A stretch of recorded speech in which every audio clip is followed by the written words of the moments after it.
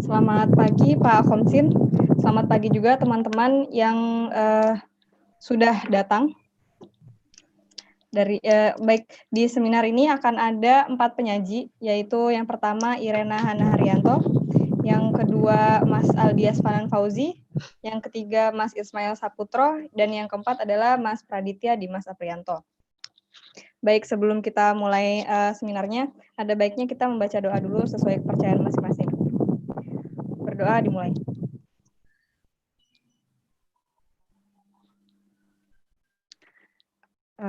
Baik, berdoa selesai. Langsung saja ke penyaji pertama, Mbak Irena, apakah sudah siap?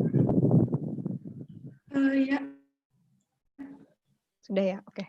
Siap. Langsung Mbak, silakan Mbak Irena. Ya. Izin share screen dulu. Ya.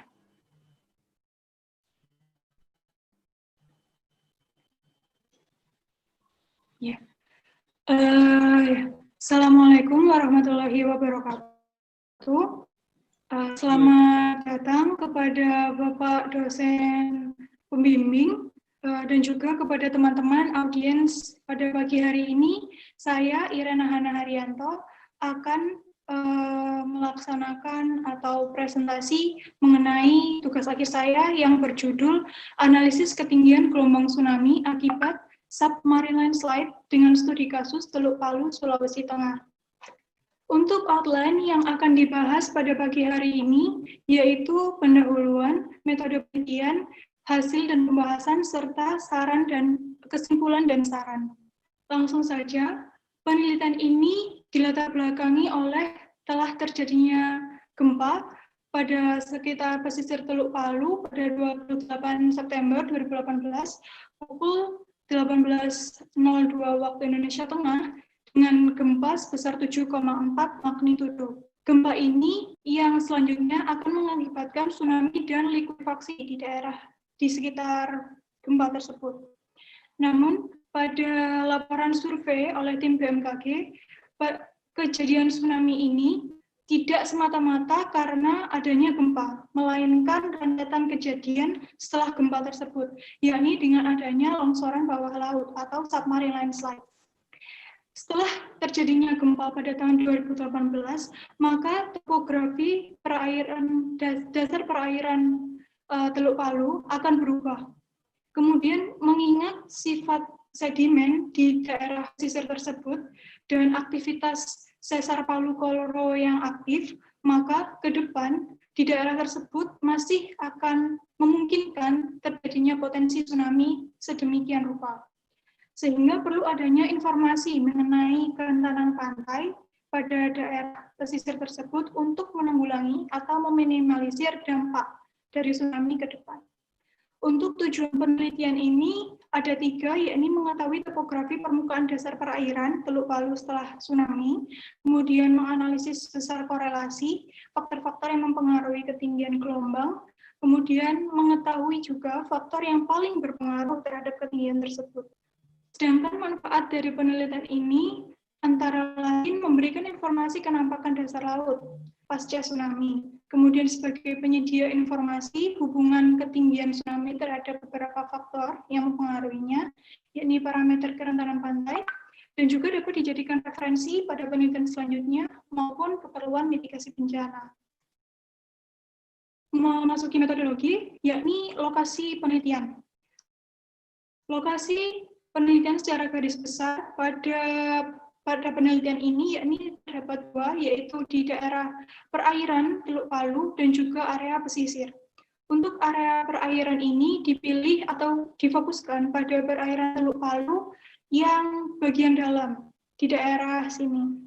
Sedangkan untuk area pesisir diambil 26 titik sampel yang didasarkan pada survei oleh BMKG pasca tsunami, yang terdiri dari 24 titik yang berada pada perairan dalam Teluk Palu dan 2 titik di luar perairan dalam Teluk Palu. Dengan koordinat sekian dan lokasinya di sini, seperti itu. Kemudian ada data yang digunakan yakni kata LPI digital dengan NLP 2015-05, skala 1:50.000 dari BIG tahun 2014, peta geologi tinjau lembar Palu Sulawesi dari Pusat Penelitian dan Pengembangan Geologi tahun 1996, kemudian ada data batimetri penelitian sebelumnya atau pada pasca tsunami dari tahun 2018, kemudian juga ada peta RBI digital Sulawesi dengan skala 1:50.000, ini difokuskan untuk base map. Kemudian juga ada data survei titik pengamatan dari BMKG tahun 2018. Selanjutnya yaitu ada peralatan yang digunakan, yaitu pertama RStudio digunakan untuk pengolahan statistik, kemudian ada ArcGIS terutama ArcMap digunakan untuk pengolahan data spasial dan layouting peta, serta Microsoft Office yang digunakan sebagai perangkat pengolah kata dan angka dalam pelaporan. Untuk pengolahan data sendiri terbagi menjadi 4 inti pengolahan. Yang pertama itu menentukan perubahan topografi dasar perairan. Data yang digunakan yakni data batimetri pra-tsunami dari LPI Digital dan data batimetri pasca tsunami penelitian sebelumnya. Kedua data tersebut kemudian di-overlay menggunakan kafil pada ArcGIS untuk menentukan besaran perubahan topografi dasar perairan Teluk Palu. Kemudian juga ada identifikasi parameter. Di sini ada beberapa data seperti LPI, peta geologi, dan batimetri untuk beberapa parameter di bawahnya. Untuk LPI, diekstraksi berdasarkan parameter tutupan lahan, slope, dan jenis sedimen. Kemudian untuk peta geologi akan diekstraksi menjadi berdasarkan informasi litologi dan informasi jarak itu didapatkan dari perubahan topografi dasar perairan di data batimetri terhadap lokasi-lokasi titik sampel. Kemudian ada uji korelasi, yakni uji korelasi yang dilakukan didasarkan pada skala pengukuran dari data-data tersebut.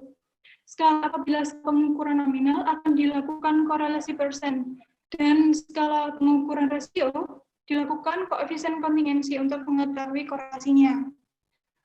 Skala pengukuran nominal itu meliputi data jarak dan data ketinggian gelombang tsunami. Untuk skala pengukuran rasio terdiri dari data tutupan lahan, klasifikasi slope, jenis litologi, dan klasifikasi ketinggian gelombang tsunami. Kemudian juga ada uji signifikansi skala pengukuran yang sama didasarkan pada 2 jenis skala pengukuran tersebut, nominal dan rasio. Untuk nominal digunakan linear dan rasio untuk digunakan chi-square test. Berikut adalah informasi mengenai data batimetri yang digunakan pada penelitian ini. Untuk batimetri LPI NLP 2015-05 itu merupakan penyedia informasi kedalaman sebelum terjadinya gempa dengan skala 1:50.000. Batimetri ini merupakan hasil kompilasi dari survei hidrografi tahun 2014, generalisasi peta RBI tahun 2013, dan peta laut tahun 2013. Berdasarkan SNI mengenai aturan teknis peta dasar skala 1:5000, datum vertikal yang digunakan yakni LLWL atau Low Slow Water Level. Dari pengolahan batimetri LPI ini diketahui bahwa perairan Teluk Palu sebelum tsunami memiliki kedalaman antara rentang 11,451 hingga 805,012 meter. Kemudian ada juga penelitian sebelumnya yang didasarkan pada penelitian dengan judul Analisis Kerentanan Topografi Dasar Laut terhadap Potensi Longsor Bawah Laut atau Underwater Landslide di Teluk Palu, Sulawesi Tengah. Data ini merupakan hasil survei hidrografi pasca terjadinya tsunami. Hasil pengolahan raw data batimetri multi-beam echo sounder Kongsberg EM302 dengan frekuensi 30 kHz, kemudian dikembangkan atau dikoreksi terhadap data SVP, data pasca selama pengamatan. Pasca pengamatan selama akuisisi, kemudian ada juga hasil pengolahan pasca tsunami ini menunjukkan bahwa Teluk Palu memiliki kedalaman rentang 6,835 hingga 784,431 meter terhadap LLWL. Kemudian quality report pada penelitian ini menunjukkan bahwa kedalaman Teluk Palu berada pada kedua menurut WHO S44 dengan parameter A dan B sebagai TVU sebesar 1 meter dan 0,023 meter. Kemudian untuk mengetahui toleransi kedalaman saat akuisisi menggunakan rumus berikut sehingga didapatkan hasil toleransi berikut. Dan selisih antara long dan cross pada saat penelitian, saat akuisisi, mohon maaf, itu adalah sebagai berikut. Sehingga kedalaman akuisisi dapat atau dikategorikan memenuhi toleransi, memenuhi standar WHO S44. Berikut adalah hasil pengolahan data batimetri pra-tsunami menggunakan data LPI. Didapatkan bahwa di sini saya menggunakan kontur interval 75 meter karena saya menggunakan skala 1:150.000. Kemudian saya menggunakan juga resolusi spasial 9x9 meter. Sebenarnya untuk resolusi spasial ini tidak ada aturan baku, sehingga saya mengacu pada resolusi spasial pada DANAS, seperti itu. Kemudian juga didapatkan kedalaman maksimum dan minimum seperti yang sudah dibahas sebelumnya pada slide sebelumnya. Kemudian diketahui bahwa sisi area barat di area perairan ini memiliki topografi yang terjal atau slope yang terjal, sedangkan area timur tidak terlalu seterjal yang di area barat. Kemudian dari daerah dalaman atau bagian dalam perairan diketahui bahwa terdapat underwater channel atau sungai purba di Teluk Palu dengan hulu berikut berasal dari Teluk Palu, besar dari kota Palu menuju ke arah barat laut atau ke arah Selat Makassar. Kemudian berikut adalah hasil pengolahan batimetri pasca tsunami. Ini sama, saya menggunakan kontur 75 meter dengan interval 75 meter dengan resolusi spasial 9x9 meter.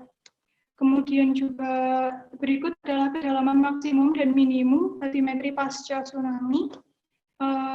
Sama dengan batimetri pra-tsunami atau sebelum tsunami tadi, area barat dari perairan memiliki topografi atau slope yang terjal dibandingkan dengan area sisi timur perairan.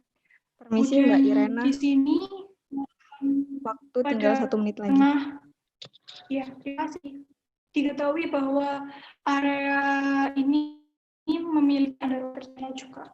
Kemudian ini perubahan topografi permukaan dasar perairan bahwa terdapat longsoran dan timbunan sedemikian dengan luas area dan volume berikut. Area longsoran didominasi pada area pesisir seperti berikut. Dan pada penelitian sebelumnya, suatu penelitian mengatakan bahwa longsoran yang berada pada pesisir itu akan memberikan dampak gelombang yang lebih berbahaya daripada pada perairan dalam. Kemudian ini adalah hasil identifikasi parameter, tutupan lahan, slope, jenis sedimen, litologi, dan jarak pada ke-26 titik sampel. Kemudian pada jarak juga dilakukan, pada ketinggian gelombang juga dilakukan klasifikasi menggunakan berdasarkan LIDA, berdasarkan penelitian dari LIDA seperti itu, sehingga didapatkan titik-titik klasifikasi berikut pada titik sampel seperti itu. Di sini ada titik maksimal mengenai tinggi gelombang, yakni 10,7 dari Tondo, dan jarak maksimum di Mapaka Sirenja.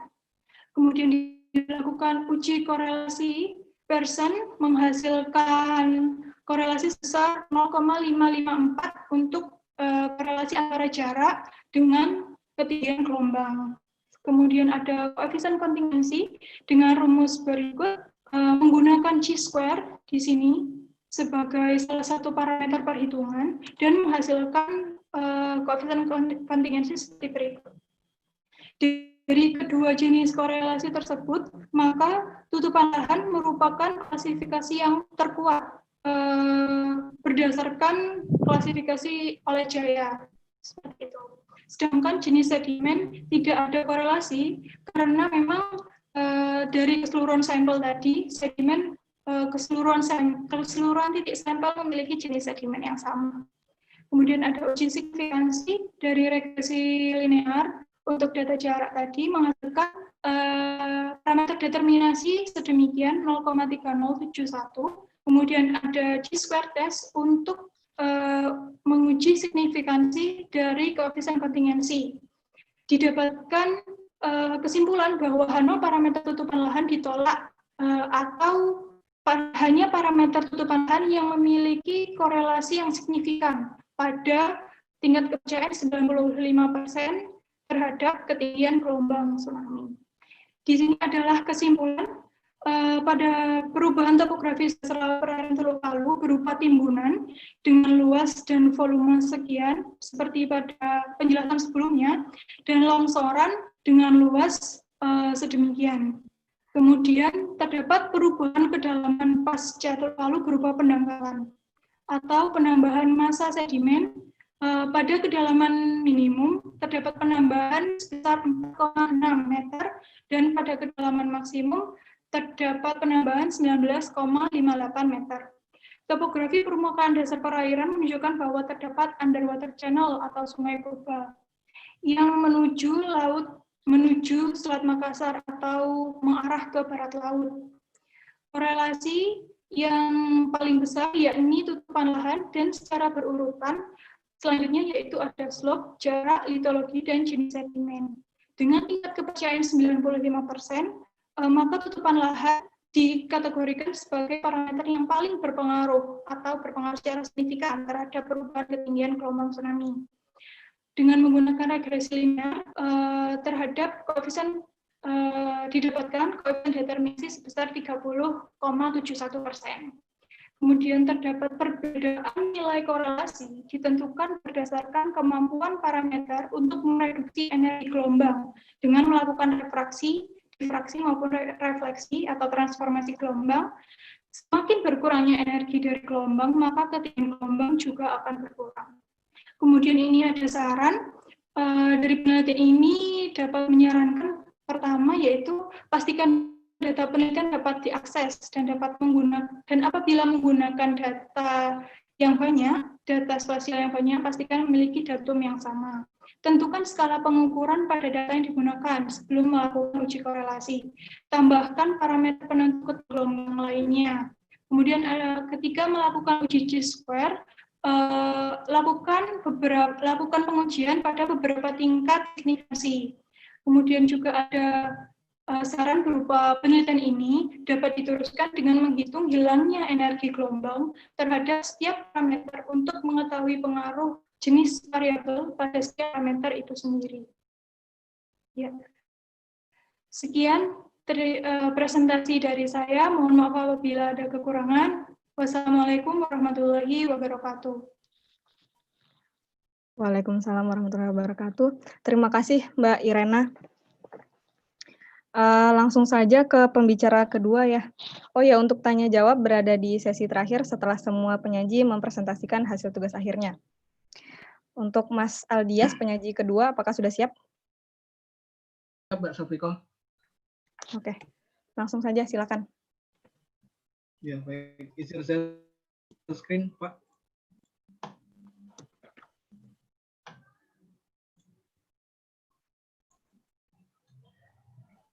Ya, Assalamualaikum warahmatullahi wabarakatuh. Selamat pagi kepada Bapak Danar selaku dosen pembimbing pertama saya. Selamat pagi kepada Bapak Nil selaku dosen pembimbing kedua saya. Selamat pagi Bapak Kongsin dan Bapak Ibu dosen sekalian. Serta selamat pagi buat rekan-rekan dimanapun Anda berada yang sedang menyaksikan seminar pada pagi hari ini. Perkenalkan, nama saya Aldias Fauzi dari angkatan 2016 dari Departemen Teknik Geomatika. Di sini saya akan mempresentasikan hasil dari tugas akhir saya yang berjudul identifikasi gunung buahan data multi beam echo sounder, studi kasus di perairan. Untuk outline-nya sendiri ada latar belakang, metodologi penelitian, hasil dan analisa, serta kesimpulan.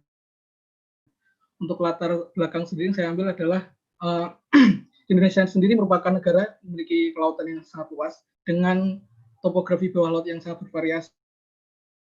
Dan tentunya sangat perlu dilakukan pemetaan dasar laut untuk lebih lanjut. Dan pada tahun 2019 kemarin, BG bekerja sama dengan BPPT melakukan survei LKI, landas kontinen Indonesia, yang berada di perairan utara Papua dengan menggunakan multi-beam echo sounder. Pada penelitian saya kali ini, saya ingin menggunakan data LKI tersebut untuk mengidentifikasi variasi topografi bawah laut yang berada di perairan utara Papua tersebut, untuk menganalisa dan mengidentifikasi gunung bawah laut yang terkandung di dalamnya. Untuk rumusan masalah sendiri, yang pertama, di mana lokasi gunung bawah laut pada area survei tersebut. Yang kedua, bagaimana kondisi topografi gunung bawah laut pada area survei tersebut. Untuk tujuan penelitiannya, yang pertama, mengetahui lokasi gunung bawah laut yang ada di perairan utara Papua. Yang kedua, melakukan identifikasi kondisi topografi gunung bawah laut yang ada di perairan utara Papua.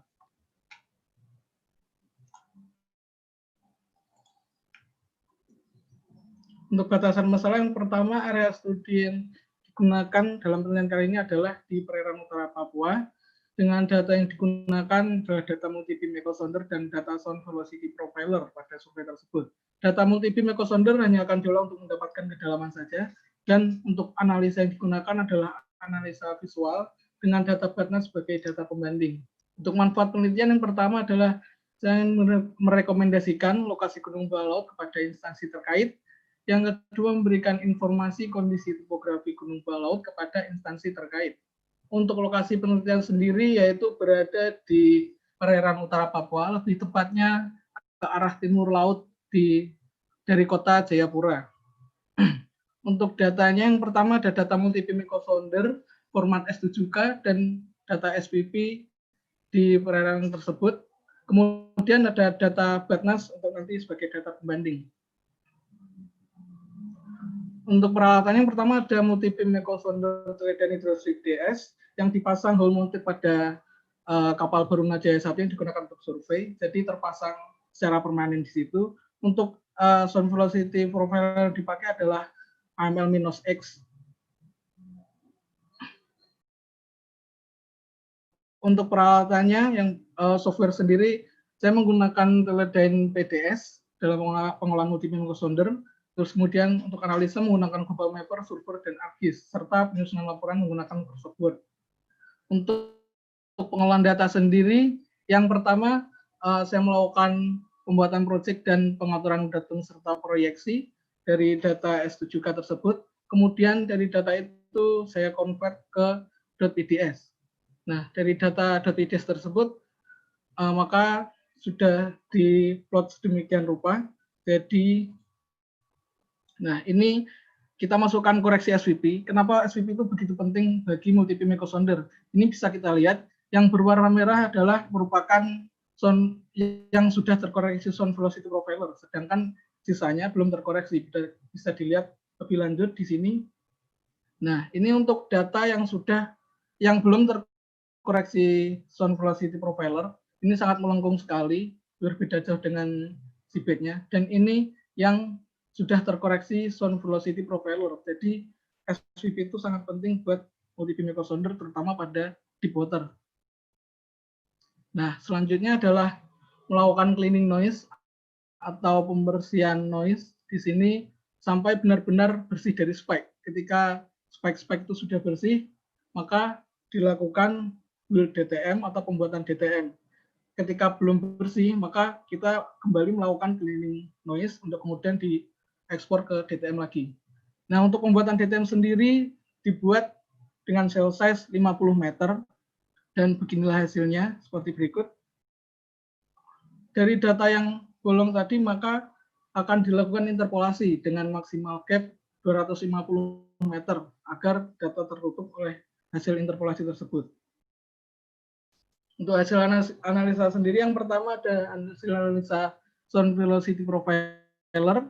Bisa kita lihat di sini untuk grafiknya. dia akan linear mulai dari kedalaman 2.500 meter sampai ke 4.000 meter, seperti itu.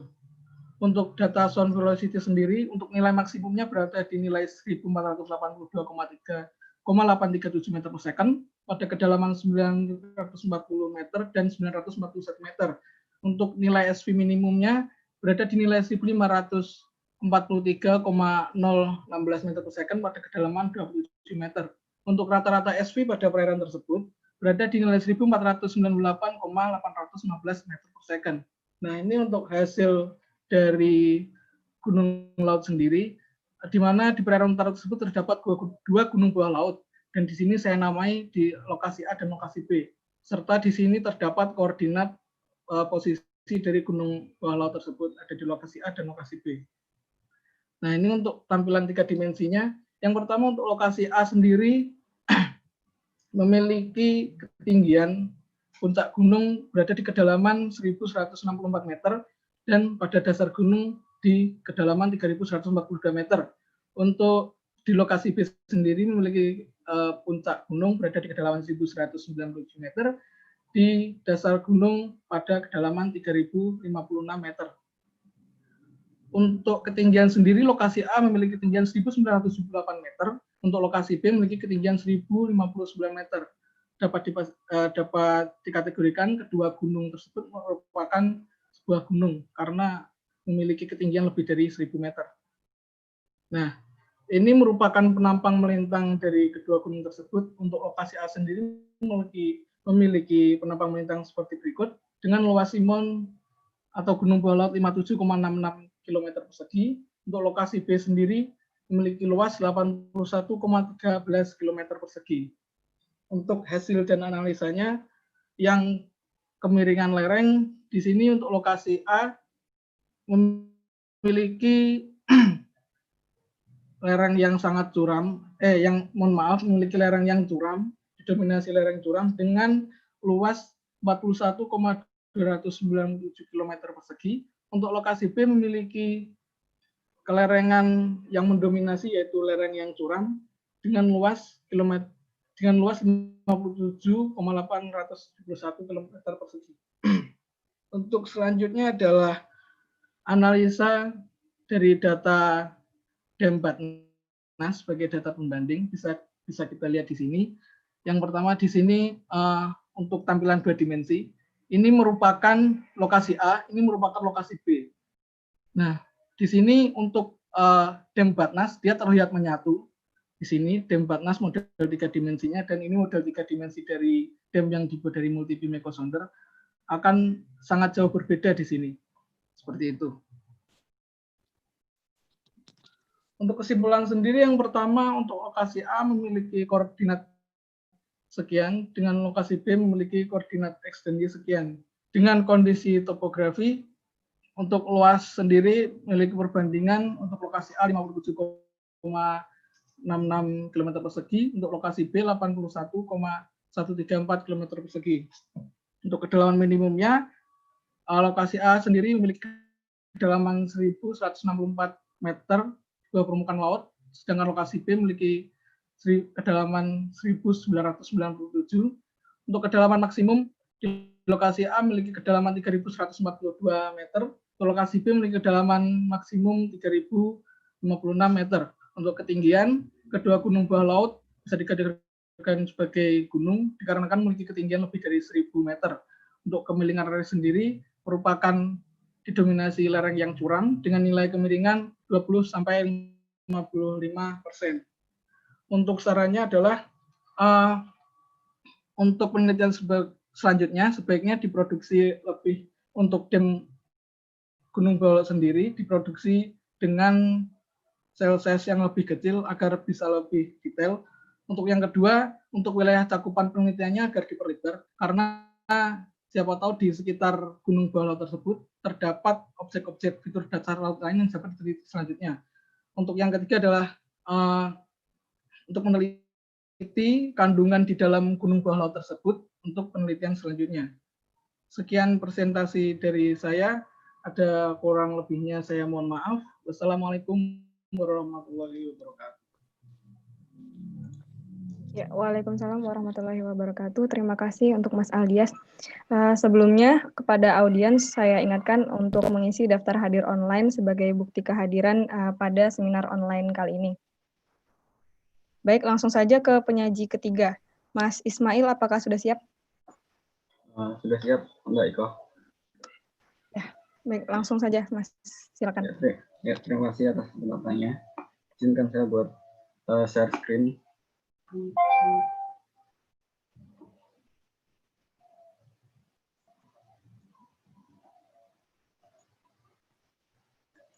Ya, sebelumnya, Assalamualaikum warahmatullahi wabarakatuh.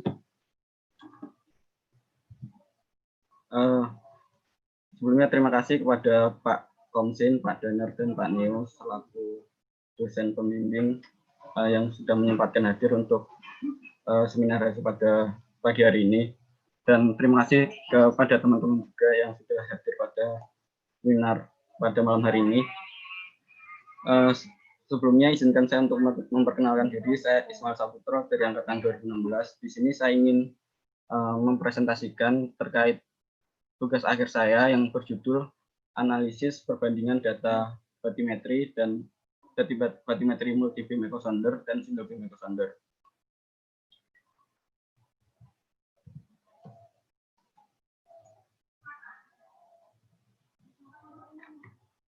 Ya. Kemudian untuk outline dari presentasi yang ingin saya sampaikan, yaitu yang pertama latar belakang, rumusan masalah, batasan masalah, kemudian tujuan, manfaat, metodologi penelitian, hasil analisis, dan kesimpulan dan saran. Begitu. Kemudian ke pendahuluan. Untuk penelitian saya ini dilatar belakangi dengan Indonesia sendiri merupakan negara maritim yang memiliki pelabuhan, memiliki beribu-ribu pulau dengan area teritorial laut yang sangat luas. Begitu. Kemudian tadi kasus saya yaitu di Pelabuhan Gresik, yaitu salah satu pelabuhan yang memiliki letak yang sangat strategis karena memiliki beberapa berada di sekitar beberapa industri besar seperti kawasan industri Gresik, kawasan industri Maspion, dan beberapa pabrik lainnya. Gitu. Kemudian menurut Setiono pada tahun 1996, di mana informasi batimetri itu merupakan salah satu parameter penting dalam segala kegiatan di dekat pantai seperti pekerjaan engineering, manajemen pelabuhan, penentuan jalur pipa dan lain sebagainya.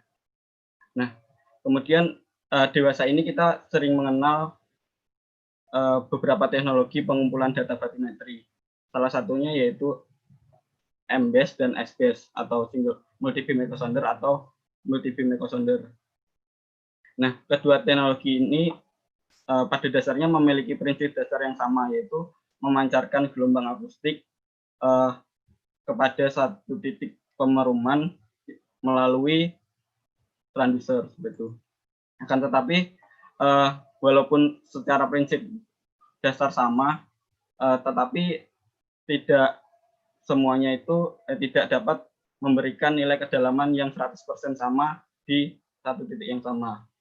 Maka dari itu, penelitian kali ini ingin melakukan analisis perbandingan data multi-beam echo sounder dan single beam echo sounder dengan identifikasi kualitas kedua data batimetri ini didasarkan pada standar IHO SP44 edisi ke-5 tahun 2008. Kemudian saya membuat rumusan masalah yang tiga rumusan masalah. Masalah yang pertama yaitu bagaimana topografi permukaan dasar perairan pelabuhan, kemudian bagaimana perbedaan kedalaman antara single beam dan multi beam, kemudian bagaimana perbedaan perhitungan hasil volume pengerukan antara single beam echo sounder dan multi beam echo sounder. Begitu. Kemudian untuk batasan masalahnya, penelitian ini menggunakan data single beam echo sounder dan multi beam echo sounder. Kemudian untuk lokasinya berada di Pelabuhan Gresik yang memiliki kondisi perairan yang tenang. Kemudian untuk pengukurannya sendiri ini dilakukan di waktu dan tempat yang sama. Jadi menggunakan satu kapal, yang kanan yaitu multi beam, yang kiri single beam seperti itu. Kemudian untuk tujuannya yaitu yang pertama menyajikan peta batimetri pelabuhan Gresik, kemudian menganalisis data kedalaman antara single beam dan multi beam echo sounder. Kemudian yang ketiga yaitu mengetahui pengaruh perhitungan hasil volume pengarukan antara single beam echo sounder dan multi beam echo sounder. Kemudian untuk manfaatnya sendiri itu yang pertama yaitu dapat menghasilkan peta batimetri pelabuhan Gresik untuk mengontrol kedalaman perairan pelabuhan. Kemudian dapat menghasilkan analisis data batimetri untuk rekomendasi bagi perusahaan yang akan melakukan pekerjaan survei. Kemudian untuk metode penelitiannya, untuk lokasinya saya berada di Pelabuhan Gresik, yaitu terletak di koordinat 12 derajat 39 menit 30,60 detik bujur timur, dan 7 derajat 9 menit 27,40 detik tentang selatan.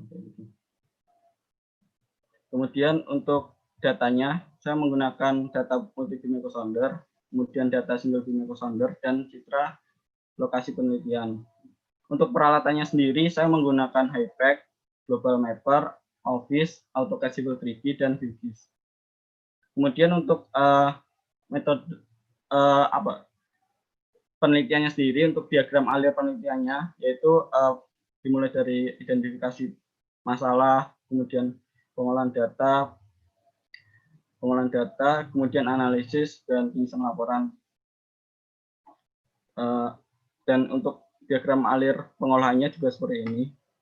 Kemudian untuk area surveinya, sebenarnya untuk survei yang dilakukan seperti ini ketika saya upload di HYPACK. Jadi lokasi yang disurvei itu seperti ini. Kemudian untuk proses penelitian saya coba boundary kepada area yang tercover dan membentuk area yang seperti ini.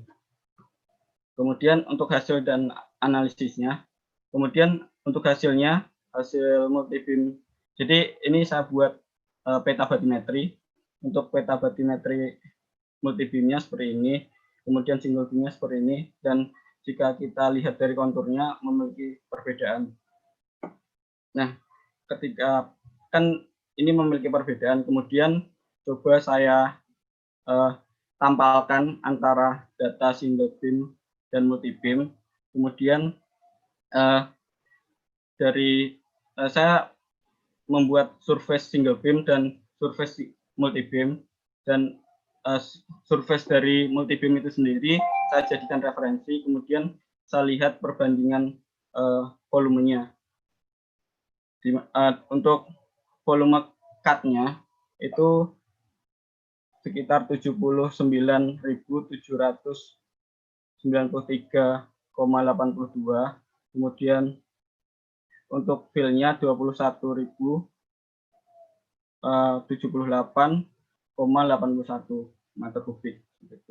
Kemudian berdasarkan hasil analisa perbandingan volume kedua surface, di mana data MBAS memiliki sebagai referensi, kemudian menghasilkan nilai cut yang lebih tinggi dibanding dengan nilai fill. Nah, hal ini menunjukkan bahwa data MBAS mempunyai kedalaman mayoritas yang lebih dangkal dibandingkan data SBS. Kemudian uji kualitas data. Jadi seperti yang kita ketahui bahwa SBS untuk pengukuran SBS pasti menggunakan jalur perum utama dan jalur perum silang. Nah, saya ingin menganalisis kedalaman titik di pertemuan antara jalur perum utama dan jalur perum silang. Nah, untuk uji kualitas data SBS-nya saya menggunakan rumus seperti ini, di mana acuannya yaitu dengan menggunakan IHO SP 44 tahun 2008 dengan SNI 7646 strip 2010 dengan tingkat kepercayaan 95%. Gitu. Permisi Mas Ismail, waktu presentasi tinggal 2 menit. Ya, terima kasih Mbak Iko. Kemudian saya mendapatkan dari titik pertemuan antara jalur forum silang dan jalur forum utama 18 titik. Nah, dari 18 titik ini saya coba analisis dengan metode yang tadi, yaitu hasilnya yaitu rata-rata 0,049, kemudian rata-rata absolut perbedaan kedalamannya 0,083, kemudian untuk standar deviasinya 0,127, kemudian untuk koreksinya yaitu 0,250, dan untuk toleransi IHO sendiri yaitu 0,5 meter. Nah, dari hasil perhitungan ini diperoleh bahwa nilai standar deviasi itu memiliki selisih kedalaman Z pada titik perhimpitan utama dan jalur silang. Untuk nilai standar deviasinya yaitu 0,127 itu.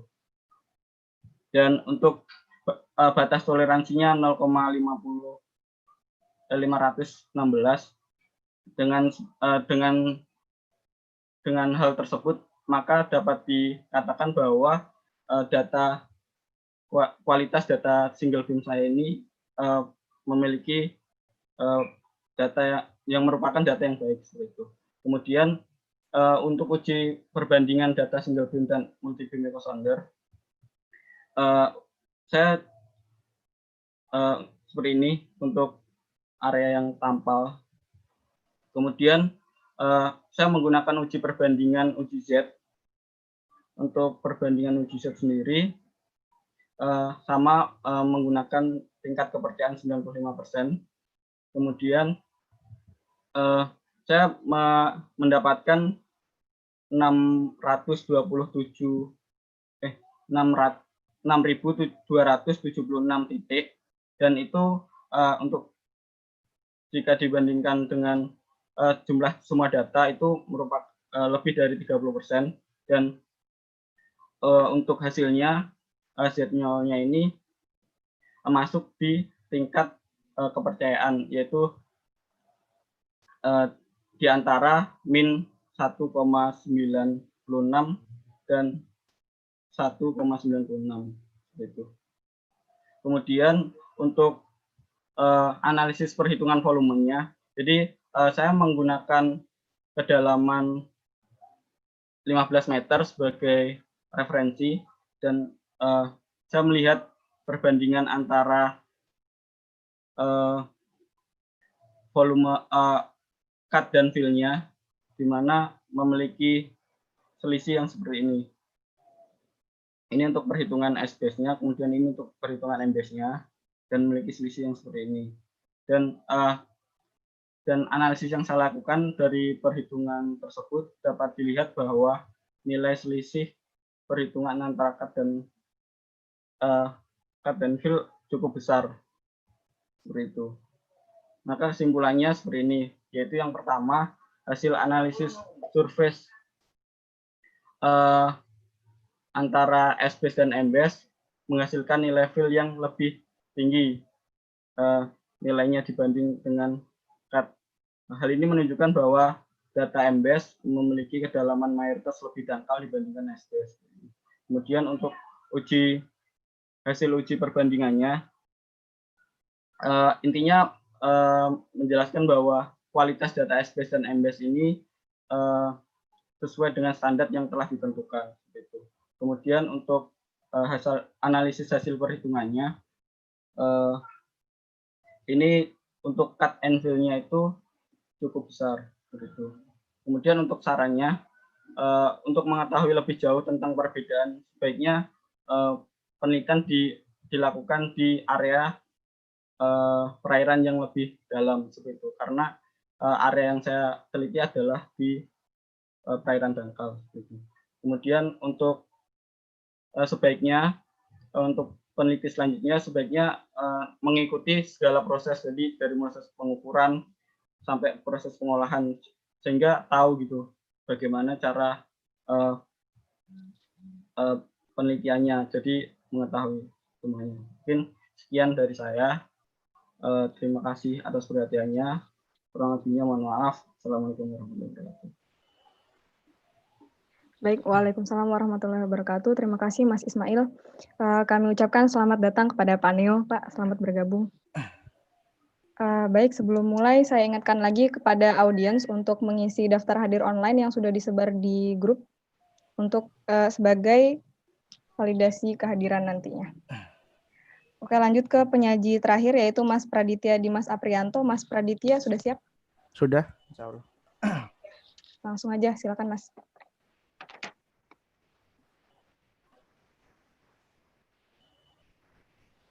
Assalamualaikum warahmatullahi wabarakatuh. Selamat pagi untuk Pak Danar, Pak Komsen, dan Mas Neo, dan Pak Neo. Saya pagi hari ini diberi kesempatan untuk menyampaikan materi saya. Tugas akhir saya yaitu studi topografi untuk analisis desain jaringan SUTT 150 kV di Bangkalan. Isi yang akan saya bacakan pada kesempatan kali ini adalah: pertama adalah pendahuluan, kedua adalah tinjauan pustaka, tiga adalah metodologi penelitian, hasil dan analisa, kemudian kesimpulan. Latar belakang. Energi listrik merupakan energi yang sangat bermanfaat untuk umat manusia. SUTT merupakan sarana untuk menyalurkan energi listrik dari pusat pembangkit menuju gardu induk dari GI ke GI lainnya. SUTT memiliki tegangan di atas 20 kV sampai 150 kV. PT PLN akan membangun jaringan jalur transmisi 150 kV di wilayah Bangkalan sepanjang kurang lebih 14 km sebanyak 47 tower. Nah, penelitian ini berusaha untuk menganalisis kondisi topografi di sekitar rencana jalur transmisi di SUTT tersebut. Berdasarkan hasil analisis topografi tersebut, akan dilakukan desain jaringan kabel antar tower atau yang disebut dengan desain shacking. Tinjauan pustaka yang saya sampaikan pada kesempatan kali ini adalah: pertama, jalur transmisi, kedua, desain shacking, ketiga, survei topografi, keempat, pemilihan jalur terbaik. Nah, jalur transmisi adalah saluran transmisi yang menyalurkan media yang digunakan untuk mentransmisikan atau menyalurkan tenaga listrik dari generator stasiun atau pembangkit listrik sampai ke distribusi stasiun hingga sampai pada konsumen pengguna listrik melalui suatu bahan konduktor. Sistem transmisi SUTT memiliki tegangan operasi antara 20 kV sampai 150 kV. Saluran transmisi sangat berkaitan dengan gardu induk, di mana GI merupakan sistem tenaga yang berisi saluran transmisi dan distribusi, perlengkapan hubung, transformator, dan peralatan pengaman serta peralatan kontrol.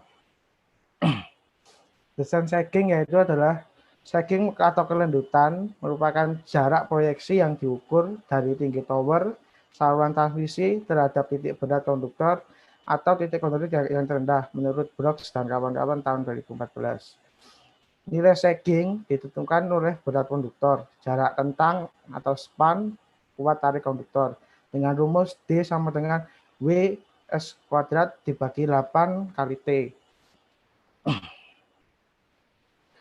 Kemudian survei topografi, suatu metode untuk posisi tanda-tanda buatan manusia atau alamiah di permukaan tanah. Proses pemetaan topografi sendiri adalah proses pemetaan yang pengukurannya langsung dilakukan di permukaan bumi dengan peralatan survei terestris.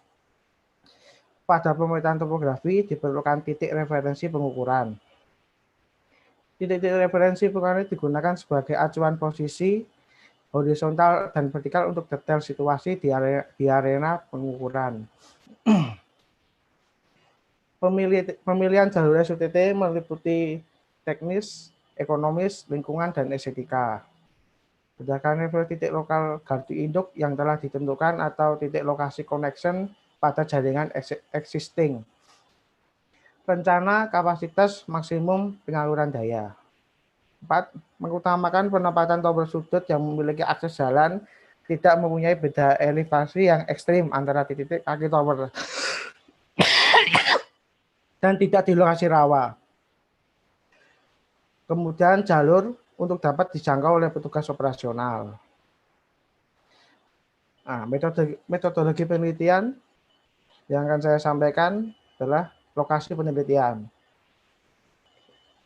Ini adalah lokasi penelitian saya adalah di jalur existing SUTT 150 kV di Bangkalan sepanjang 14 km. Penelitian ini berada di jalur existing SUTT Bangkalan kurang lebih 14 km seperti pada gambar ini. Ini ada jalur existing yang bakal untuk tower 150 kV. Rencana pemilihan jalurnya adalah seperti ini. Lanjut.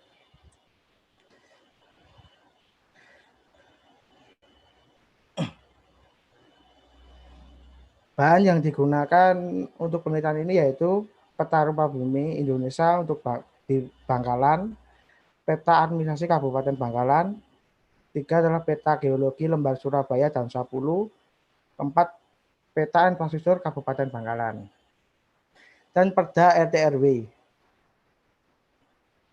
Peralatan yang digunakan pada penelitian ini adalah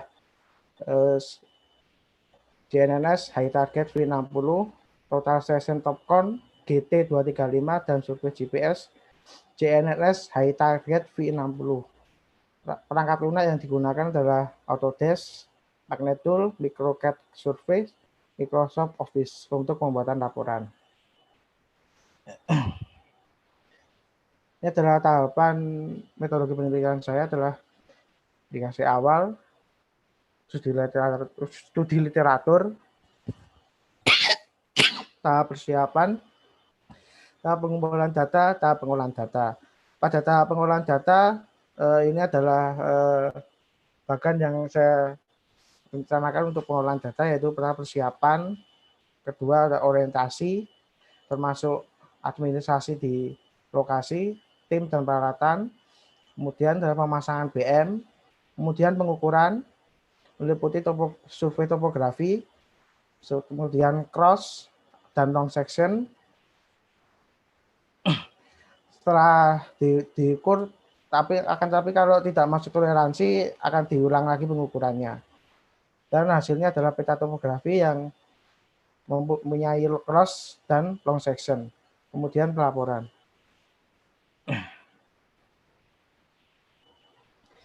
Hasil dan analisa adalah yang saya buat.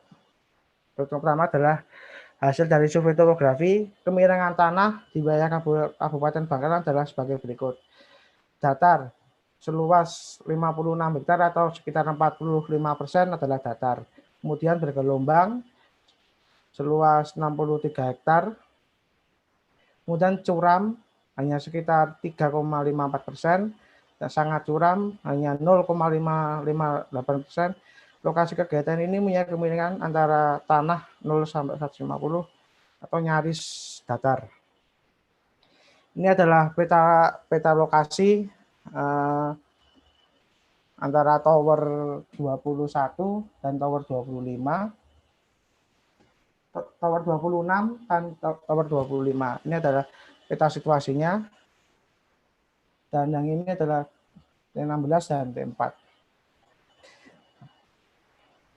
Nah, ini adalah long section dari tower 1 dan tower 2. Kemudian ini adalah cross sectionnya antara tower tersebut, di sekitar sepanjang tower tersebut. Ini adalah desain stacking yang akan dipakai untuk survei topografitas ini.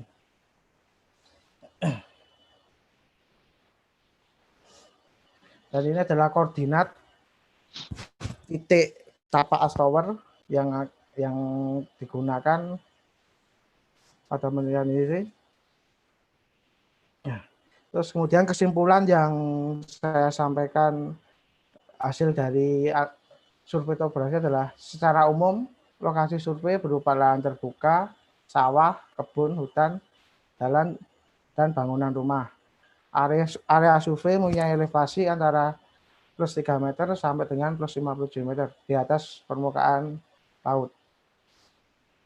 Area survei mempunyai kepentingan kurang dari 100 dan didominasi oleh daerah yang datar. Berdasarkan gambar stacking yang telah dibuat, tinggi tower X-extent T22N dan T2M adalah 3 meter tinggi towernya. Kemudian T22L sampai T22I, T22F sampai T32 dan T34 sampai T41 adalah 6 meter. Kemudian T33, T42 sampai T50 adalah 9 meter dan T22H sampai T22G adalah 12 meter. Sekian, terima kasih. Mohon maaf bila masih ada kekurangan.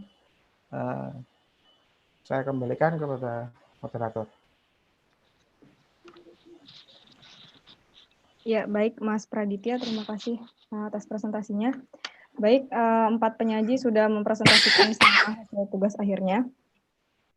Sekarang masuk ke dalam sesi tanya jawab. Nah, di sesi ini bisa menggunakan fitur chat atau fitur raise hand ya, silakan langsung saja. Dipersiapkan pertanyaannya mulai dari sekarang. Juga tidak lupa ada door prize untuk 1 orang dengan penanya terbaik. Jadi monggo dimulai dari sekarang. Oh ya, sudah ada ini. Pertanyaan dari Nabil Amirul.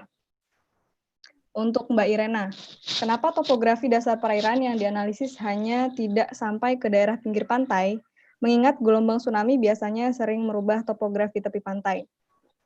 Ya, langsung aja dijawab Mbak Irena.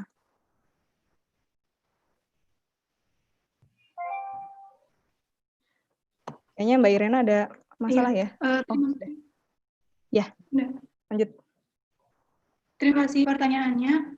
Jadi, mengapa topografinya tidak sampai di pesisir seperti itu ya, di pinggir pantai? Karena memang area survei dari data-data yang saya gunakan itu tidak sampai di pesisir. Kapal untuk akuisisinya tidak mampu menjangkau perairan dangkal seperti itu. Nah, untuk menjawab yang kedua yaitu gelombang tsunami biasanya sering merubah topografi di tepi pantai. Iya, namun di luar di luar penelitian ini, karena satu-satunya data yang saya teruskan hingga ke titik penelitian yaitu slope dengan mengacu peta LPI, karena peta LPI itu datum elevasinya atau datum ketinggiannya itu sama, yakni LLWL, baik di daratan maupun di area pesisir maksud saya maupun di kedalaman. Jadi saya memakai interpolasi untuk slope. Selain itu saya mengikuti daerah akuisisi asli. Terima kasih. Baik, sudah ya Mbak Irena. Lanjut ke pertanyaan selanjutnya. Masih dari Mas Nabil untuk Mas Ismail. Ada 2 pertanyaan. Yang pertama, mengapa data MBAS menghasilkan kedalaman yang lebih dangkal dari data SBS? Kemudian yang kedua, metode perhitungan volume yang digunakan itu apa? Silakan Mas Ismail. Terima kasih kepada Mas Nabil atas pertanyaannya. Untuk alasan mengapa data MBAS itu menghasilkan kedalaman yang lebih dangkal dari SBS, kalau analisis saya sih itu kemungkinan karena ini Mas Nabil. Jadi interpolasi antar titik di embase itu kan referensi yang saya gunakan adalah titik S-base sebagai titik acuan. Jadi dari titik-titik dari embase itu kan berdekatan, itu saya interpolasi untuk mendapatkan titik di S-base. Jadi interpolasi itu kemungkinan yang menyebabkan kedalaman embase menjadi lebih dangkal seperti itu. Kemudian untuk perhitungan volumenya itu saya menggunakan metode penampang rata-rata.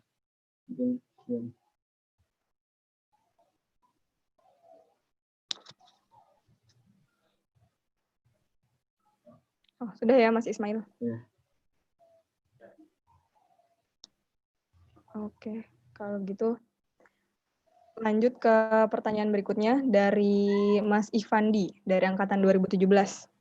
Mau bertanya untuk Mas Aldias ya. Pertanyaannya adalah, apakah dalam mengidentifikasi sebuah fitur dasar laut berupa gunung bawah laut atau seamount hanya berdasarkan kriteria ketinggian objek lebih dari 1000 meter saja? Atau adakah kriteria lain yang lebih spesifik dari segi tingkat kemiringan objek, luas penampang dasar maupun puncak dari objek tersebut? Sekian, terima kasih. Monggo dijawab Mas Aldias.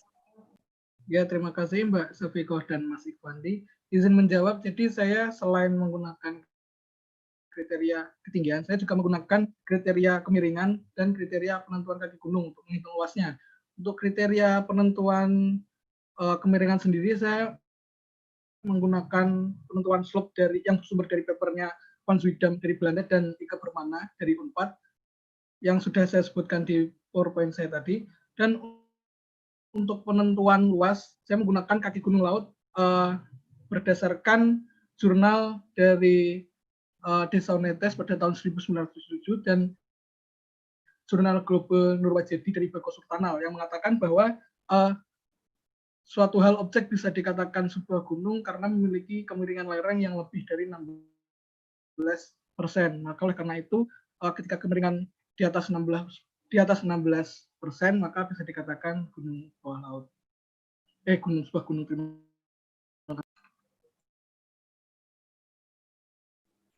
Oke, terima kasih atas jawabannya. Ada pertanyaan ini untuk Mas Aldias lagi dari Luam. Pertanyaannya adalah faktor apa saja yang mempengaruhi dalam terjadinya perbedaan data dari Batnas dengan pengolahan batimetri yang ada di penelitian saudara? Silakan Mas Ya, terima Aldias. kasih Mas Luam, izin menjawab. Jadi kenapa berbeda? Dikarenakan untuk data DEM multibim sendiri dibuat dari data multibim, di mana outputnya adalah point cloud di situ, dan untuk data multibim sendiri nanti akan diekspor ke data DEM dengan resolusi 100 meter, dan untuk data DEM Batnas sendiri diambil dari satelit altimetri dengan resolusi 180 meter, sangat jauh dari resolusi multibim itu sendiri. Terima kasih. Ya, baik. Terima kasih. Masih ada pertanyaan dari Mas Fajar. Untuk Mas Ismail. Pertanyaannya, berapa lebar jalur perum utama dan jalur perum silang?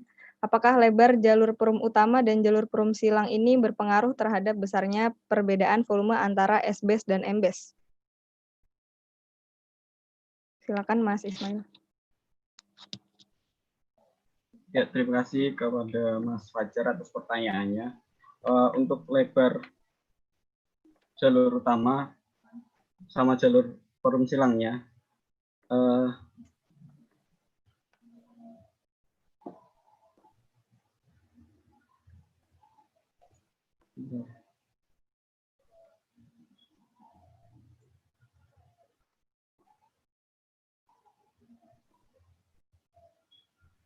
saya belum mengecek Mas Fajar, tapi kalau dilihat dari hasilnya itu tidak memiliki pengaruh yang signifikan karena dari selisih perbandingan kedalamannya itu tidak begitu jauh seperti itu Mas Fajar.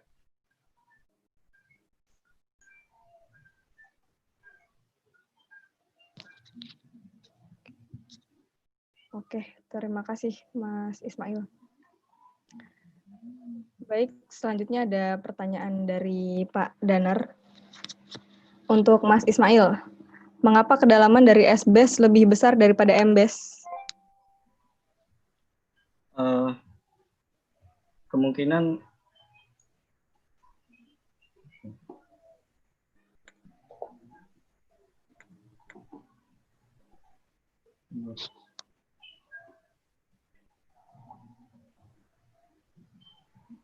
jadi ini Pak, karena dari penelitian itu kan kemarin tidak menggunakan SVP, kemungkinan dari hasil MBAS-nya itu ada sedikit kesalahan mungkin Pak, bukan kesalahan sih, kayak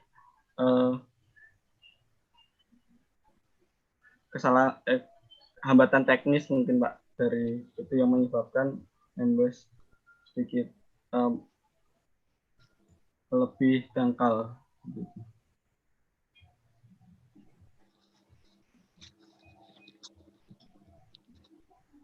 Oke, udah ya Mas Ismail. Ya. Ya, sudah. Baik, sebelum lanjut ke pertanyaan selanjutnya nih, untuk Bapak dosen, Pak Komsin dan Pak Neo, apakah ada pertanyaan yang mau disampaikan?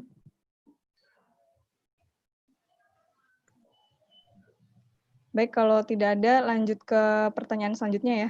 Maaf, tadi saya nggak bilang sesi 1 berapa pertanyaan. Ini lanjut saja langsung ke sesi 2. Di sesi 2 ini dibuka untuk 4 pertanyaan ya. Ini saya bacakan satu-satu.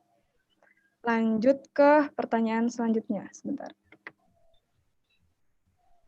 Ada dari Mas Yoga Arif Rohman. Pertanyaan untuk Mas Aldias. Faktor apa saja yang mempengaruhi perbedaan sound velocity pada kedalaman yang dangkal maupun dalam dengan pengolahan batimetri yang ada penelitian saudara? Apakah perbedaan tersebut mempengaruhi ketelitian data di setiap perbedaan kedalamannya? Terima kasih. Silakan dijawab. Ya, terima kasih pertanyaan Mas Yoga Arif Rohman. Izin menjawab. Jadi sangat jauh dan berbeda. Mungkin kalau di perairan dangkal, kalau multibeam kan dia kan swap begini ya. Jadi kalau dia semakin dalam, maka dia jaraknya yang di dasar di seabed-nya akan semakin jauh, akan semakin panjang. Ketika dia di shallow water, dia akan semakin kecil, sehingga outer beam-nya tidak terlalu menyebar jauh. Oleh karena itu, kalau di perairan dangkal berpengaruh, cuman tidak terlalu besar seperti yang di perairan dalam. Seperti itu Mas Yoga. Terima kasih. Ya, terima kasih. Lanjut ke pertanyaan kedua. Dari Mas Alkindi, pertanyaan untuk Mas Praditya. Bagaimana untuk pengukuran KDH dan KDV-nya? Bagaimana hasilnya? Iya. Silakan. Saya belum masukkan ya di PPT. Nah, untuk koordinat titik BM yang KDA dan KV-nya adalah izin saya. Ini adalah koordinat titik BM, rencananya adalah di BM1, lintang selatannya adalah 7 derajat, 7 menit. Saya izin screenshot aja Mbak ya. Ya, screenshot aja. Sebentar.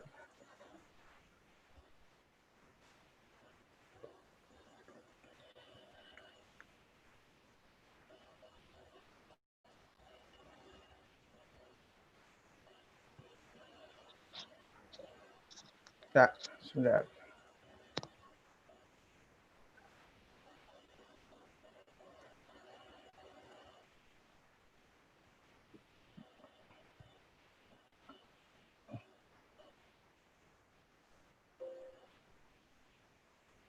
Gimana, Mas? Saya screenshot di gambar. Mungkin nanti bisa di-share screen. Oh iya ya, saya sketchin di aja ya, di PPT.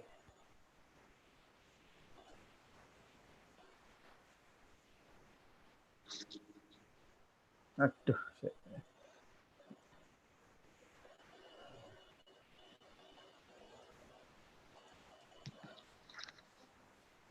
Oh, ya, sebentar. Agak nge-lag laptop saya. Sebentar, laptop saya agak nge-lag. Sebentar, jangan di screen dulu, Mbak. Nggak bisa ya. Bentar. Gimana, Mas?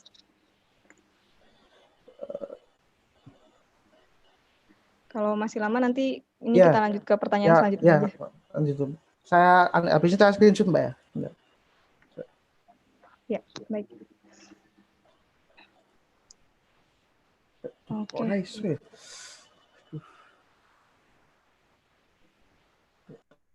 Untuk pertanyaan selanjutnya dari pertanyaannya Mas Markus untuk Mas Aldias. Yang pertama, objek lokasi B lebih mirip bukit. Kenapa tidak diklasifikasikan sebagai bukit laut saja? Yang kedua, salah satu parameter gunung adalah dapat mengalami erupsi. Apakah objek yang saudara teliti dapat mengalami erupsi? Silakan. Ya, izin. Terima kasih Mas Safiko dan Mas Markus. Izin menjawab. Jadi seperti yang saya katakan tadi, sesuai dengan papernya Van Swidam dan Ika Bermana, yaitu sesuatu hal ketika bisa dikatakan gunung ketika memiliki ketinggian 1000 meter dan memiliki slope yang lebih dari 16%. Jadi bukan berarti bentuk. Ketika bentuknya itu menyerupai bukit, bisa jadi itu juga gunung. Kalau bisa jadi juga yang menyerupai gunung, bisa jadi ketika itu kurang dari 10 meter, itu dikatakan bukit. Seperti itu Mas Markus. Untuk pertanyaan yang kedua adalah kenapa untuk erupsi ya Mas Markus ya. Jadi untuk erupsi sendiri di penelitian saya tidak memasuki batasan masalah saya, mohon maaf, dikarenakan untuk penelitian saya ini hanya melakukan analisa visual. Untuk erupsi sendiri diperlukan analisa yang lebih lanjut, mungkin penelitian selanjutnya terkait kandungan material yang terdapat di dalam gunung bawah laut itu sendiri. Terima kasih Mas Markus. Terima kasih. Ya, terima kasih untuk jawabannya Mas Aldias. Lanjut nih di pertanyaan keempat pada sesi kedua ini dari izin jawab, Mbak. Oh, sudah. Udah. Ya sudah, ini dulu aja.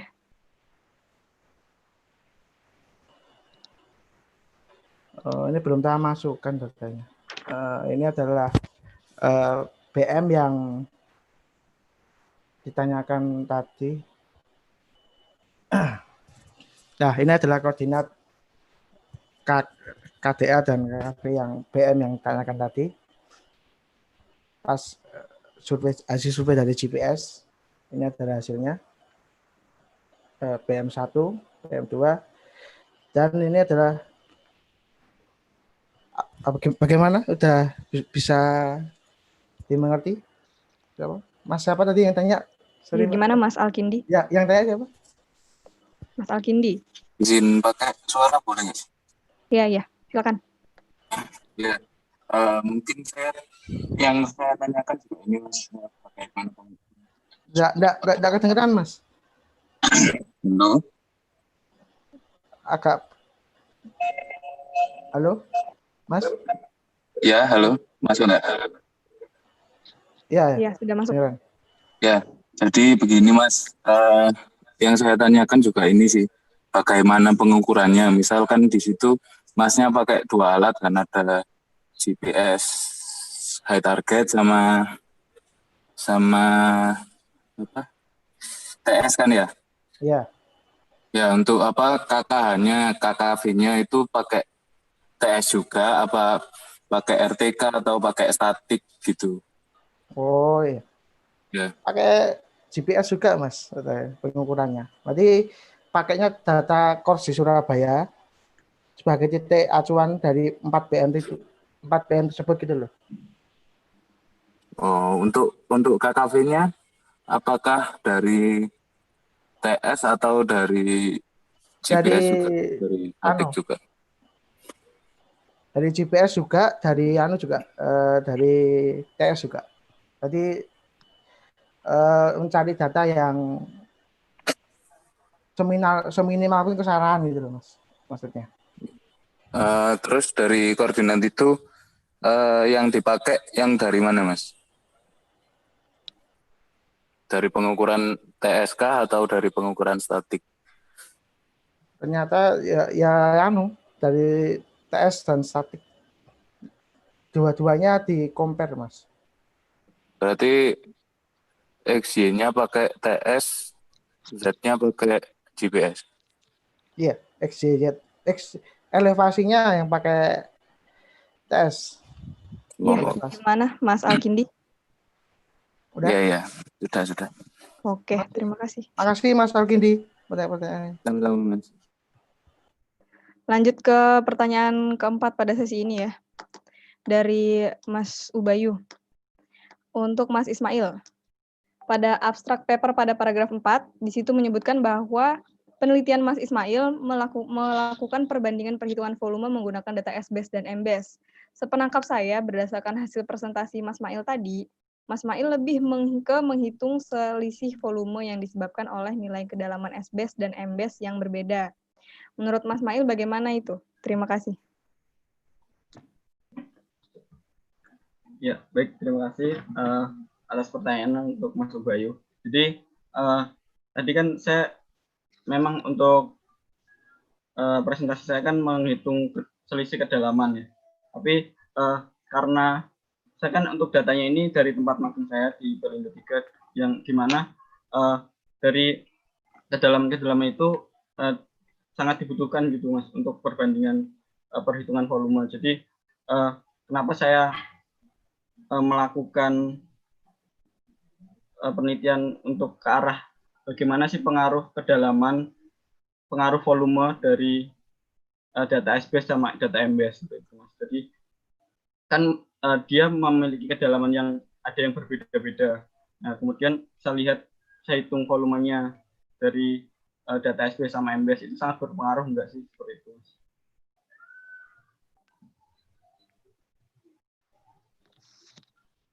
Ya, baik. Terima kasih Mas Ismail. Baik, untuk sesi kedua ini sudah ada 4 pertanyaan ya. Sebelum lanjut ke sesi selanjutnya, untuk Bapak dosen, Pak Danar, Pak Homsin, atau Pak Neo, apakah ada pertanyaan atau saran?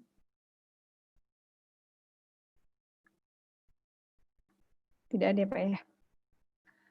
Baik, kalau begitu, kalau tidak ada, dilanjutkan ke sesi pertanyaan berikutnya, ke sesi ketiga berarti.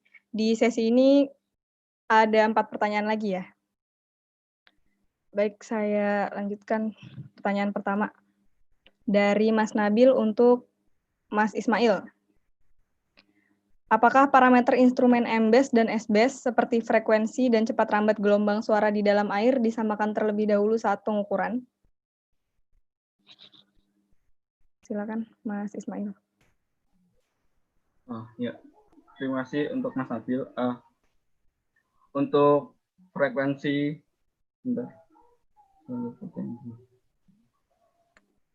jadi untuk instrumen alat,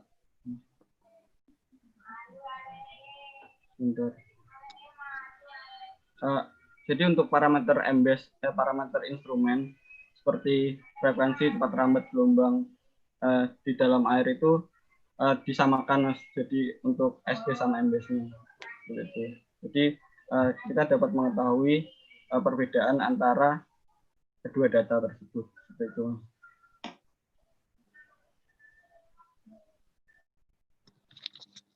Oke, baik. Terima kasih, Mas Ismail. Pertanyaan kedua dari Mbak Desi untuk Mbak Irena. Bagaimana caranya mengidentifikasi topografi dasar perairan berubah akibat landslide? Sedangkan penyebabnya tidak hanya submarine landslide begitu. Dan apakah pada penelitian Mbak Irena ini ada analisis untuk kecepatan landslide berapa? Silakan Mbak Irena.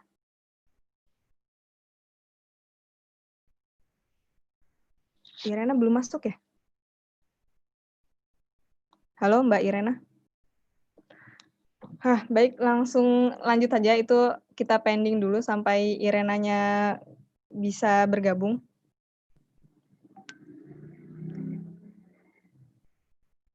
Untuk Mas Aldias, masih dari Mbak Desi. Pentingnya gunung bawah laut itu apa, Mas? Mengapa dikhususkan untuk identifikasi gunung bawah laut, sedangkan banyak fitur dasar laut yang lain juga? Izin menjawab.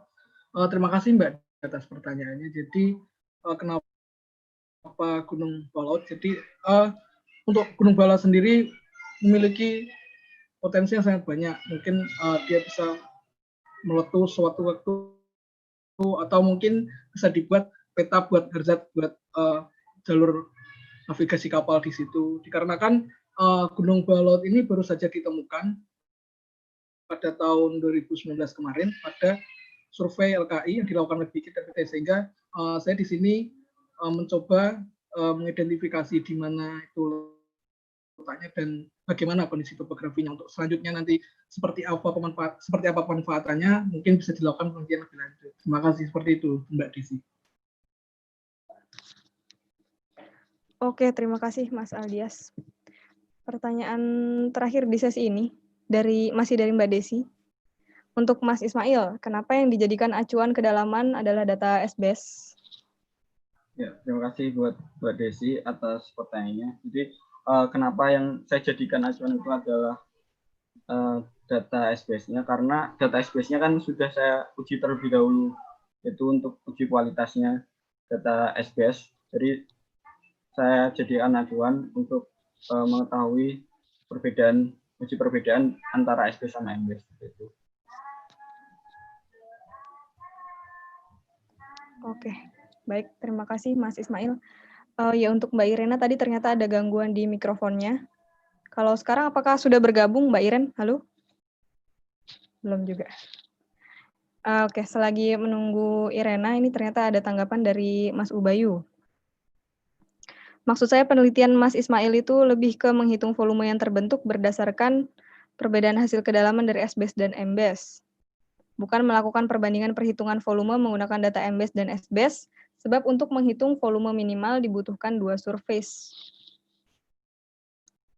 Jadi Mas Ismail bukan menghitung volume SBS sendiri, MBS sendiri terus dibandingkan, melainkan lebih ke menghitung volume yang terbentuk dari perbedaan kedalaman dari SBS dan MBS. Bagaimana Mas Ismail?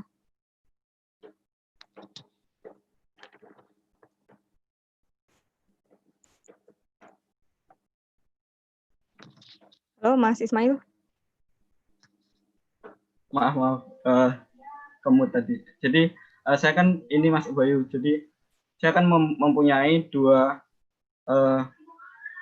rumusan masalah. Untuk rumusan masalah yang pertama itu perbandingan topografinya. Jadi dari perbandingan topografi itu akan menghasilkan surface yang berbeda. Nah, itu akan saya tampalkan untuk mengetahui perbedaan antara survei 1 dengan survei 2 itu untuk menjawab rumusan masalah yang pertama. Kemudian untuk rumusan masalah yang kedua itu saya ingin mengetahui juga Mas, jadi antara perbedaan volume dari SBS sendiri dan MBS sendiri seperti itu.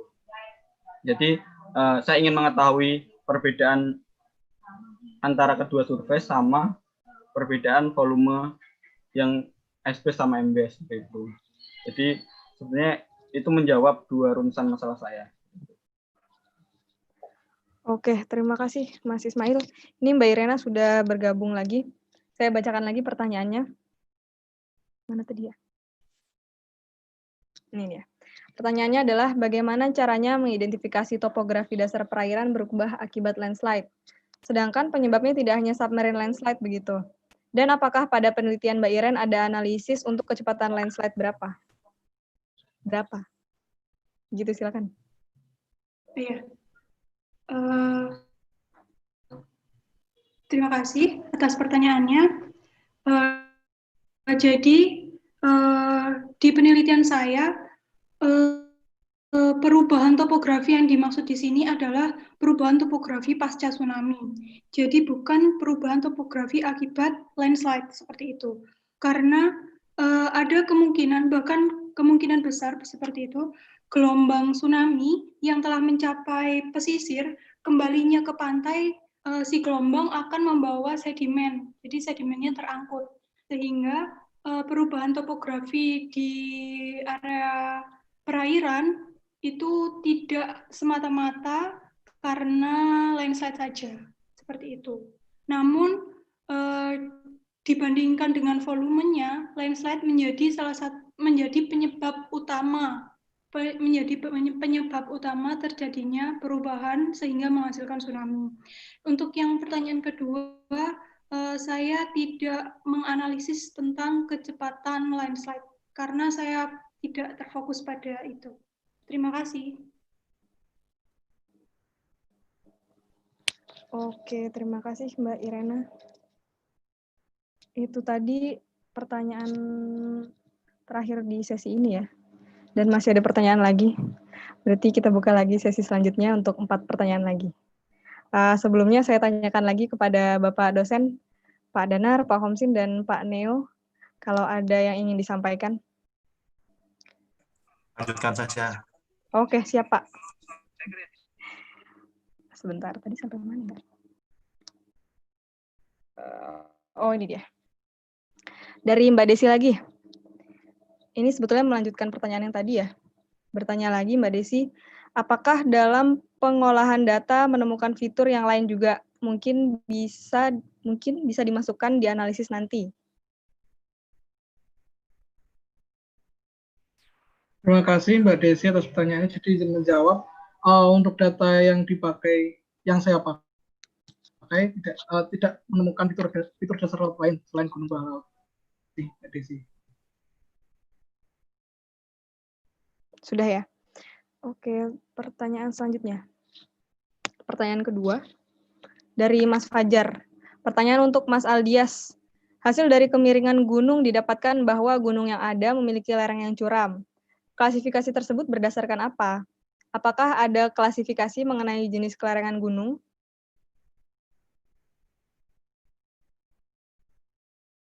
Ya, izin menjawab. Mas Fajar, terima kasih pertanyaannya. Jadi, ada Mas dari jurnalnya Van Zuidam sama Ika Bermana. Jadi disebutkan di klasifikasinya sendiri, izin saya bacakan. Jadi untuk yang lereng datar berada di slope 0-2%, untuk yang lereng landai berada di kemiringan 3-7%, untuk yang cukup bergelombang di lereng 8-13%, untuk yang curam sendiri 21-55%, untuk yang sangat curam sendiri berada di 56-140%. Itu dari Van Zuidam dan Ika Bermana, Mas Nazi.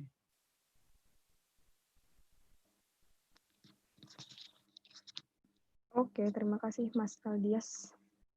Pertanyaan ketiga di sesi ini ya, selanjutnya. Dari Mas Markus. Pertanyaannya untuk Mas Aldias lagi. Interpolasi kedalaman yang saudara lakukan kan setiap 250 meter. Apakah ada dasaran khusus memilih 250 meter? Langsung Mas Aldias. Ya, terima kasih atas pertanyaannya. Jadi izin menjawab.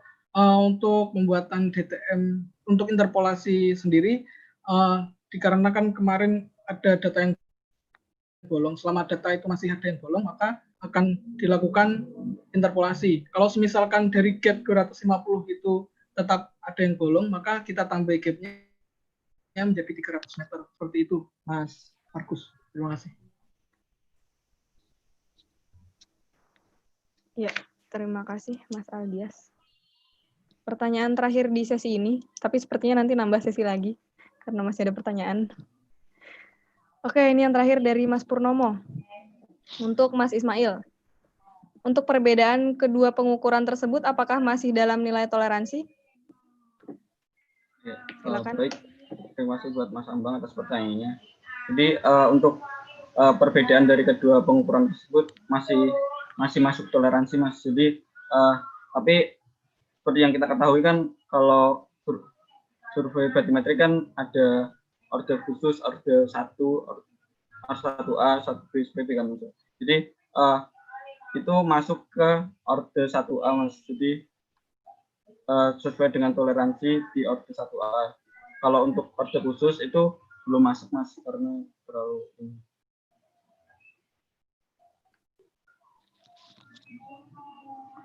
Oke, sudah ya Mas Ismail? Ya. Oke, itu tadi pertanyaan terakhir di sesi ini. Karena masih ada pertanyaan lagi, kita buka sesi selanjutnya. 4 pertanyaan lagi. Pertanyaan pertama masih dari Mas Purnomo. Untuk Mas Aldias. Pertanyaannya adalah, paper yang Anda jadikan sebagai rujukan itu siapa ya? Apakah orang tersebut memiliki kredibilitas untuk mengklasifikasikan sebuah gunung bawah laut? Silakan. Ya, izin menjawab. Untuk Mas Abang, terima kasih pertanyaannya. Jadi, untuk Ibu Permana sendiri merupakan orang di laboratorium geomorfologi dan dari jurusan geologi FMIPA di UNPAD. Jadi, sangat memiliki kredibilitas di situ. Di bidang terima kasih.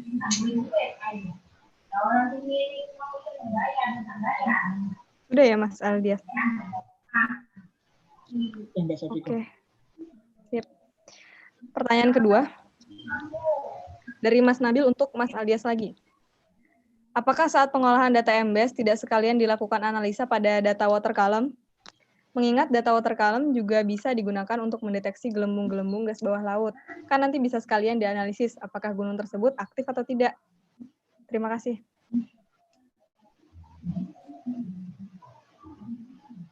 Ya, terima kasih Mas Nabil atas pertanyaannya. Jadi untuk survei yang dilakukan oleh EBG bekerja sama dengan BPPT ini merupakan survei LKI, di mana menggunakan multi-beam dengan akuisisi menggunakan ini filenya cukup besar Mas Nabil, sampai bertera-tera. Untuk water column sendiri tidak dilakukan pengambilan data pada survei tersebut, hanya melakukan pengambilan data kedalaman saja Mas Nabil. Terima kasih. Oke, terima kasih Mas Aldias. Pertanyaan selanjutnya dari Mas Ikhfandi. Izin bertanya untuk Mas Aldias. Apakah untuk lokasi B tidak didefinisikan sebagai guyot karena terlihat penampang puncaknya cukup datar? Sekian, terima kasih. Ya, izin menjawab untuk Mas Ikhfandi. Jadi menurut saya itu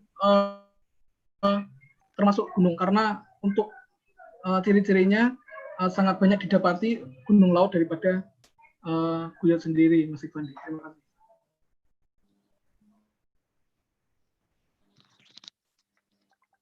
Sudah ya, Mas Aldias.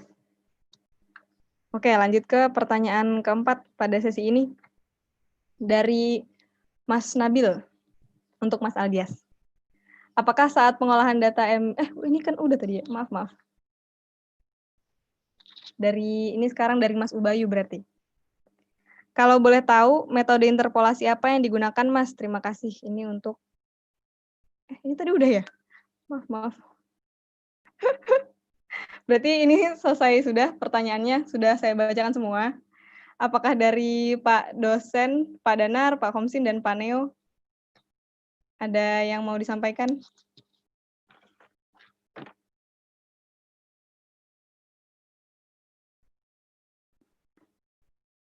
Itu masih ada satu dari Mas Alkindi ya, belum dijawab. Silakan. Bayu juga belum dijawab. Alkindi. Mana ya? Halo Mas Alkindi. Bisa dibacakan pertanyaannya apa? Diulang. Oh ini, saran untuk Mas Aldias ya? Dari Mas Alkindi, saran untuk Mas Aldias, kalau bisa mencari referensi ciri-ciri fitur-fitur dasar laut, karena saya setuju kalau lokasi B itu lebih ke guyot. Gitu. Kemudian, ya, terima kasih Mas Kindi. Sarannya diterima. Terima kasih. Ubayu. Oh, Ubayu tadi belum ya? Untuk Mas Aldias lagi nih. Dari Mas Ubayu, kalau boleh tahu metode interpolasi apa yang digunakan Mas? Terima kasih. Terima kasih Mas Ubayu menjawab. Jadi untuk metode interpolasinya sendiri dia menginterpolasi dari titik-titik titik-titik point cloud yang ada tersebut dengan cell size yang saya sebutkan tadi. Jadi seperti itu Mas Ubayu. Terima kasih.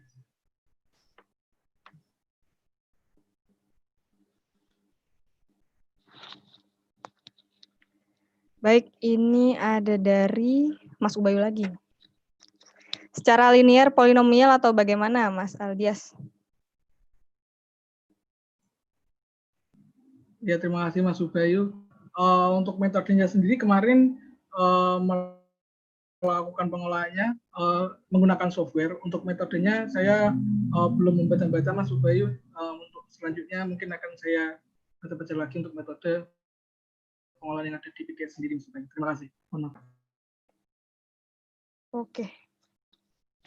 Nah, ini ada pertanyaan lagi dari Mas Nabil. Pertanyaannya untuk Mas Aldias.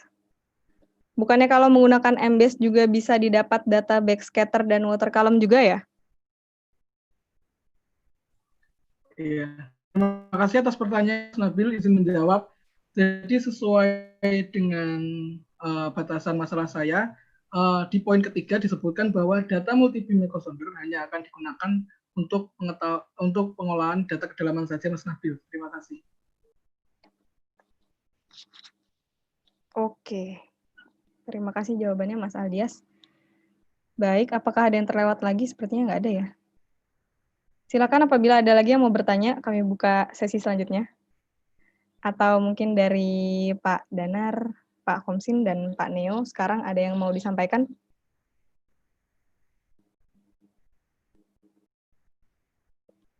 Baik, tidak ada ya. Untuk pertanyaan selanjutnya? Nah, ya, silakan Pak Danar.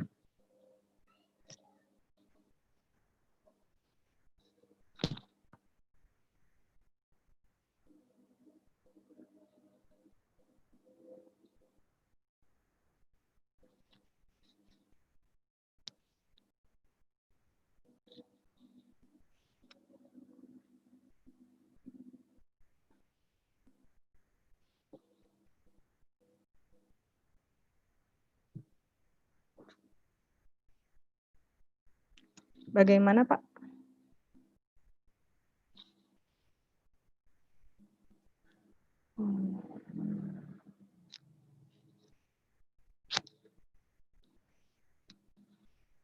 Ya, ini untuk Mbak Irena, pertanyaan dari Pak Danar.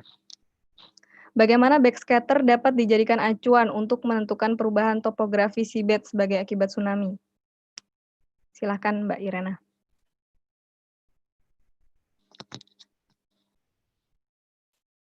Iya, terima kasih atas kesempatannya. Di sini backscatter dari MBES pasca tsunami diolah untuk menentukan jenis sedimen seperti itu. Jadi dari analisis hambur balik tersebut diketahui bahwa jenis sedimen di perairan Teluk Palu lebih dari 50% adalah pasir seperti itu. Nah, dengan kesimpulan atau dengan statement bahwa dominan pasir, sedimen Teluk Palu adalah dominan pasir, maka kerentanan permukaan dasar perairan terhadap longsoran atau submarine landslide itu semakin besar, mengingat pasir sendiri merupakan ukuran pasir yang ukuran pasir yang tidak dapat menahan gelombang atau dalam klasifikasi sedimen, pasir merupakan parameter yang paling besar pengaruhnya terhadap longsoran. Kurang lebih seperti itu. Ya. Terima kasih Mbak Irena. Baik, apakah ada pertanyaan lagi dari audiens maupun dari Bapak dosen? Silakan bisa raise hand ataupun chat.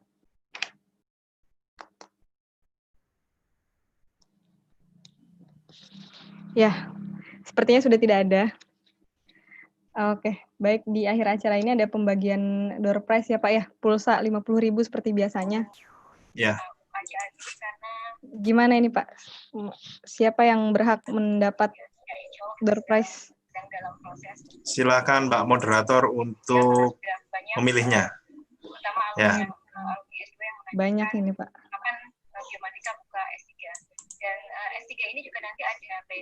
Oke.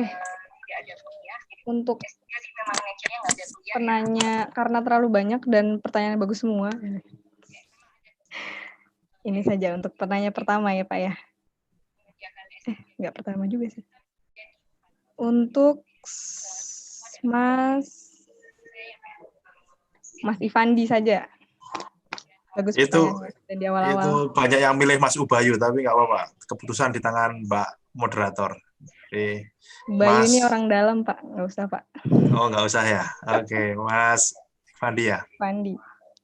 Ya, Nanti oke. untuk Mas Ivandi bisa kontak saya agar nomornya saya teruskan ke Pak Danar. Siap. Oke. Baik, alhamdulillah sudah memasuki penghujung acara. Acara terakhir berarti tinggal melakukan screenshot pada audiens. Jadi untuk audiens mohon diaktifkan videonya supaya nanti saya screenshot sebagai bukti kehadiran dalam seminar kali ini.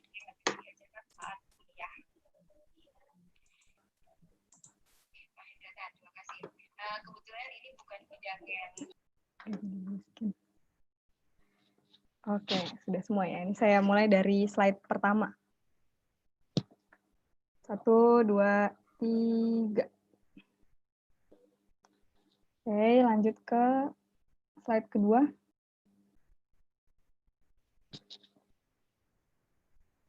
Ada yang kosong. Saya screenshot 1, 2, 3.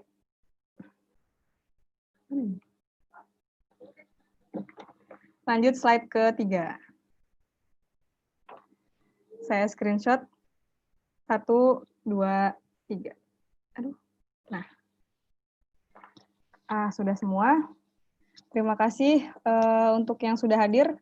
Terima kasih juga untuk Pak Danar, Pak Neo, serta Pak Komsin selaku dosen pembimbing dari para penyaji. Dengan ini, seminar kali ini saya tutup. Wassalamualaikum warahmatullahi wabarakatuh.